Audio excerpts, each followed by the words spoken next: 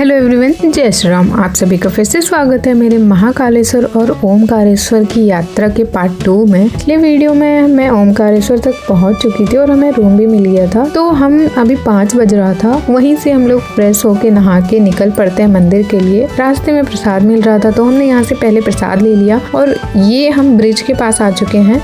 यहाँ से जो मंदिर की दूरी है वो 500 मीटर की है और ये जो आप प्रांगण देख रहे हो ना, इसमें पूरा प्रसाद और फूल वगैरह ही मिलता है। बट अभी क्योंकि 5 ही बज रहा था तो अभी ओपन नहीं हुआ था। ये नर्मदा नदी पे बनाया गया ब्रिज है और नदी के दोनों साइड ही ज्योतिर्लिंग है। एक साइड ओमकारेश्वर, दूसरे साइड ममलेश्वर। और ऐसा मान्यता है कि अगर आप दोनों ज्योतिर्लिंग कवर करोगे तभी वो एक काउंट होता है। तो अभी हम लोग नीचे जाएंगे। यहाँ पे आपको फ्री चप्पल जूता रखने का स्टैंड दिख जाएगा और भी स्टैंड बने हुए हैं, बट उसके लिए फिर आपको बहुत ज्यादा आगे जाना पड़ जाएगा। तो मंदिर लेफ्ट साइड में दिख रहा था तो इसलिए हम सीधा चले जाते हैं मंदिर के साइड में। और क्योंकि अभी बहुत ज्यादा ही सुबह था तो इसलिए कोई भी शॉप्स वगैरह भी ओपन नहीं हुआ था। मैंने वीडियोस में देखा हुआ है कि मंडे को यहाँ पे काफी ज्यादा भीड़ होता है, बट आज क्योंकि सैटरडे है तो मे भी ज्यादा भीड़ नहीं है और काफी ज्यादा सुबह भी है, तो इसलिए हमें कहीं भी लाइन लगने की जरूरत ही नहीं पड़ा और हम सीधे सीधे भागते भागते पहुंच जाते हैं मंदिर के पास। मंदिर रात के 9:30 बजे तक ओपन होते हैं, बट पूरे दिन में 45 मिनट्स करके 3 बार ब्रेक होता है जिसमें दर्शन रोका जाता है। यहाँ पे साइड से भी दर्शन आप कर सकते हो, लाइन को अगर स्किप करना है तो। उसका 500 वो ले रहे थे, बट हर बार की तरह मैं यही बोलूंगी कि अगर आप मॉर्निंग में आओगे तो आपको फालतू पैसे देने की बिल्कुल भी जरूरत नहीं है, क्योंकि लाइन बहुत ही कम होता है और मंदिर के अंदर मतलब गर्भगृह में दोनों लाइन को मिक्स कर दिया जाता है। तो क्या फायदा इतना देके। उसके अंदर आप फोन लेके तो जा सकते हो, बट यूज करना स्ट्रिक्टली मना था, तो इसलिए मैंने भी यूज नहीं किया और पूरा ध्यान दर्शन पे ही था। और आप बहुत ही सामने से जाके दर्शन कर सकते हो, बीच में बस ग्लास होता है। हमारा ये 8वां ज्योतिर्लिंग हो रहा था और हमने फिजिकली बस 2 ज्योतिर्लिंग को टच किया था, एक देवघर और एक कृष्णेश्वर। मतलब अगर आप कृष्णेश्वर थोड़ा लेट जाओगे ना तो वहाँ भी आपको टच नहीं करने देते हैं, श्रृंगार से पहले तक पूजा कर सकते हो। ओमकारेश्वर ज्योतिर्लिंग का अच्छे से दर्शन होने के बाद अब हम जा रहे हैं ब्रिज क्रॉस करके ममलेश्वर ज्योतिर्लिंग। ओमकारेश्वर ज्योतिर्लिंग में दर्शन के लिए हमें बस 1 घंटा लगा था और ममलेश्वर ज्योतिर्लिंग में भी मतलब 15 मिनट में हम दर्शन करके निकल चुके थे। भगवान पूरा ही हमारे ऊपर कृपा बरसाए पड़े थे।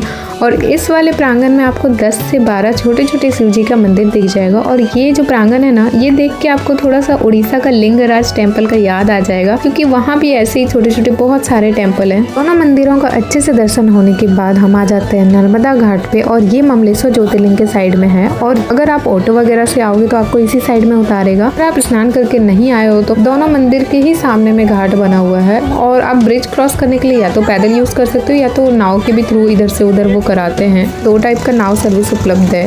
एक तो आपको 300 रुपए लेंगे और दूसरा 100 रुपए। 300 रुपए में आपको ओमकारेश्वर ज्योतिर्लिंग का पूरा पहाड़ का एक चक्कर लगाते हैं, इसमें 1 घंटा लगता है। और 100 रुपए वाले में आपको 25 मिनट टाइम देते हैं और आपको मेन थिंग जो है, जैसे नर्मदा और कावेरी का संगम है और 1-2 घाट है, वो सब घुमा देते हैं। तो हमारे पास ज़्यादा टाइम था नहीं, क्योंकि हमें उज्जैन भी जाना है महाकालेश्वर दर्शन के लिए, इसलिए हमने 25 मिनट वाला चूज़ किया था। और जब हम वापस आए थे इसी घाट पे तो यहाँ पे बहुत सारे लोग एक लाइन में बैठ के पूजा कर रहे थे माँ नर्मदा का। क्योंकि हम बाबू को साथ नहीं लेके आए थे, उसका पैर में छठ के टाइम में चोट लगा था, ठीक नहीं हुआ था, तो इसलिए हमने उसके लिए एक छोटा सा गिफ्ट ले लिया। फिर हम आ जाते हैं अपने रूम, सामान लेते हैं और फिर निकल जाते हैं बस स्टॉप के लिए। यहाँ से जो बस स्टॉप का भाड़ा है वो 20-20 रुपए करके लेते हैं। यहाँ ऑटो वगैरह चलती ही रहती है।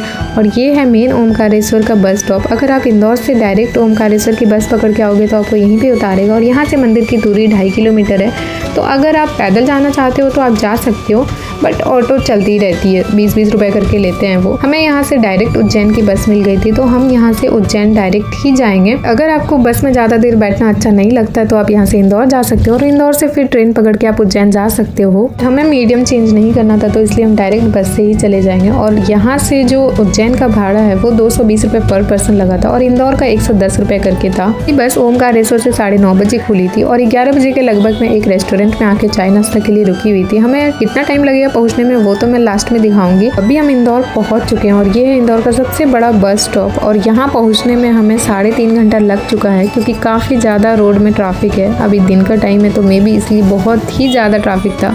रात को तो हम यहाँ से ओमकारेश्वर बस 2 घंटे में पहुँच गए थे, बट आने में हमें 3.5 घंटा लग चुका है। और यहाँ से अब हम जा रहे हैं उज्जैन के लिए। और इसी तरह से फाइनली हम पहुँच चुके हैं महाकाल की नगरी उज्जैन। और यहाँ पहुँचने में हमें टोटल 6 घंटा लग चुका था, हम पूरा थक चुके थे। और अब हम जा रहे हैं कोई रूम वगैरह लेके थोड़ा 1 घंटा स्टे करके फिर मंदिर जाएंगे। अगर आपको ओमकारेश्वर और ममलेश्वर ज्योतिर्लिंग से रिलेटेड कोई भी जानकारी चाहिए तो आप कमेंट कर देना, मैं रिप्लाई में आंसर कर दूंगी। और वीडियो अच्छी लगी हो तो लाइक शेयर जरूर कीजिएगा ताकि दूसरे लोगों तक भी जानकारी पहुंच सके। आज के ब्लॉग को मैं यहीं पे समाप्त करती हूँ। महाकालेश्वर के लिए अलग से मैं ब्लॉग बना दूंगी, वरना वीडियो काफी ज्यादा लंबा हो जाएगा, इसलिए wait for part 3 and don't forget to subscribe my channel. भगवान भोलेनाथ अपनी कृपा सब पर बनाए रखे। हर हर महादेव।